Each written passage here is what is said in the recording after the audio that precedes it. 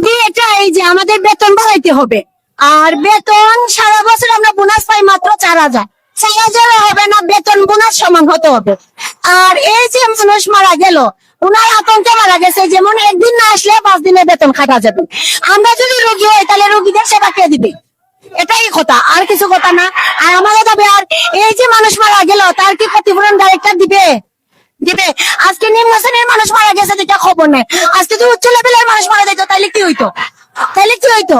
আজকে আমরা গরিব মানুষ থেকে মারা খবর না, ডাইরেক্টর আসতে পলাতক। নাহলে অন্যদিন তো উনি 7টার সময় আসেন, এসে নিচতলা থেকে 14 টাকা উনি রাউন্ড দেন, আর আজকে 10টা বাজে নাই। কি পড়াইছেন নাকি? হ্যাঁ।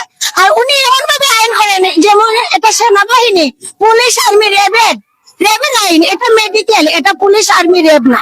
সবখানে তো নিয়ম কানুন আছে। পুলিশ, আর্মি, রেব এটা এক নিয়ম, প্রতিষ্ঠানে এক নিয়ম। উনি পুলিশ, আর্মি, রেবের নিয়ম এখানে স্থাপন করতেছেন কেন? ওনার আতঙ্কে আমরা না, আরো মানুষ আছে।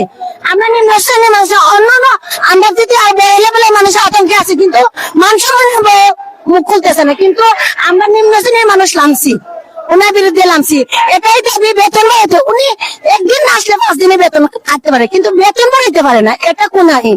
এটা লাভ দিতে পারে, খামে দিতে পারবে না। না, এরকম ন্যায় নীতি মানুষ লাগবে। ডাইরেক্টর হইতে হবে ন্যায় নীতি, স্বৈরাচার হইতে হবে না। ডাইরেক্টর হইতে হবে ন্যায় নীতি, স্বৈরাচারের জায়গা নাই। ঠিক আছে, এই মেডিকেল থেকে যদি কোনো মাসে চাকরি বাস পায় না, কোনো ওয়ার্ড বাজি চাকরি পায় না, কোনো গার্ডি চাকরি পায় না, এই বিল ওরা কি তারা হইতো? আর এই যদি বেতন পায় না, আমাদের মেডিকেল না কষ্ট করে যদি বেতন দিতে না পারে, আমাদের এখানে দুইটি করে লাভ আছে।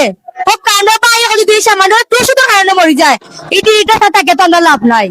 আমরা তো বেতনও পাবো, কিছু কোনো ফায়দা পাইলাম না। আমরা এই মেডিকেল কষ্ট করে আমরা লাভটা কি তো?